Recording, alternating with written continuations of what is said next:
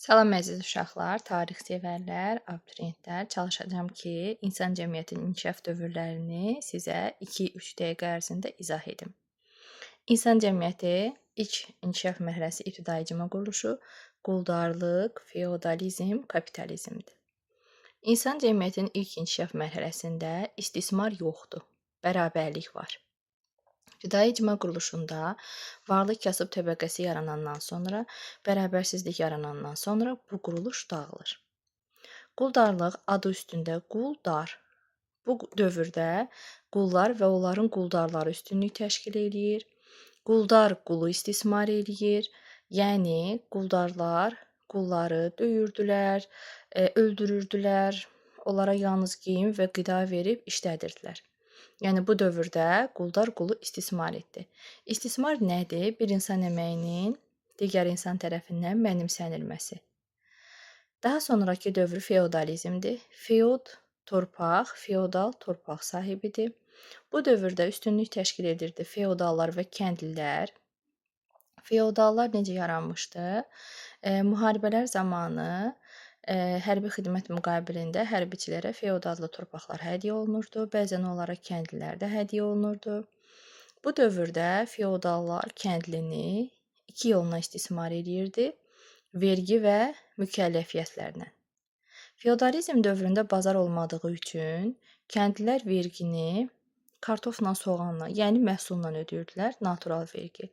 Tutaq ki, 1000 kilo kartof istehsal edirdisə, onda birini feodala verirdi.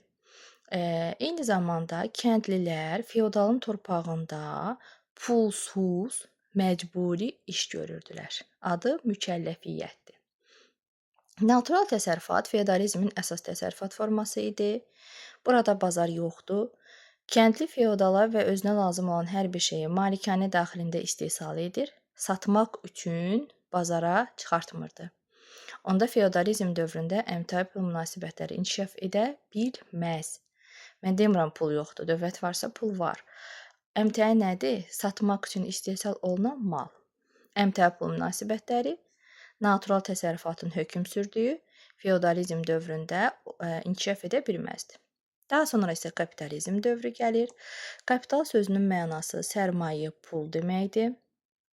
Tutaq ki, mənim 500 manatım var, qoyuram balışın altına, amma bir də var 500 manatım var, onu hansısa bir işə yatırıram. Bu olur artıq mənim sərmayəm.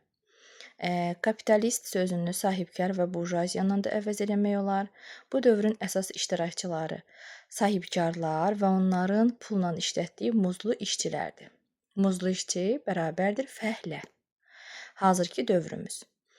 Sizcə kapitalizm dövründə istismar var, yoxsa hamı işləyir maaşını alır? Əlbəttə ki, var. Hal-hazırda, məsələn, kapitalistlər fəhlələri necə istismar edə bilərlər? 8 saat işləməlidir, 12 saat işləyirlər. Tutaq ki, 1500 manat maaş almalıdır, 500 manat maaş alırlar. Yəni, ibtidai icma quruluşundan başqa bütün dövrlərdə istismar var. Ümid edirəm ki, başa düşdünüz. Başqa hansısa bir mövzunu belə qısa şəkildə izahımı istəyirsinizsə, rəylərdə yaza bilərsiniz. Növbəti izah tarixin dövrləri olacaq. Klassik feodalizm dövrü, yeni tarix, qədim dünya tarixi. Baxmaq istəsəz, onlara da baxa bilərsiniz.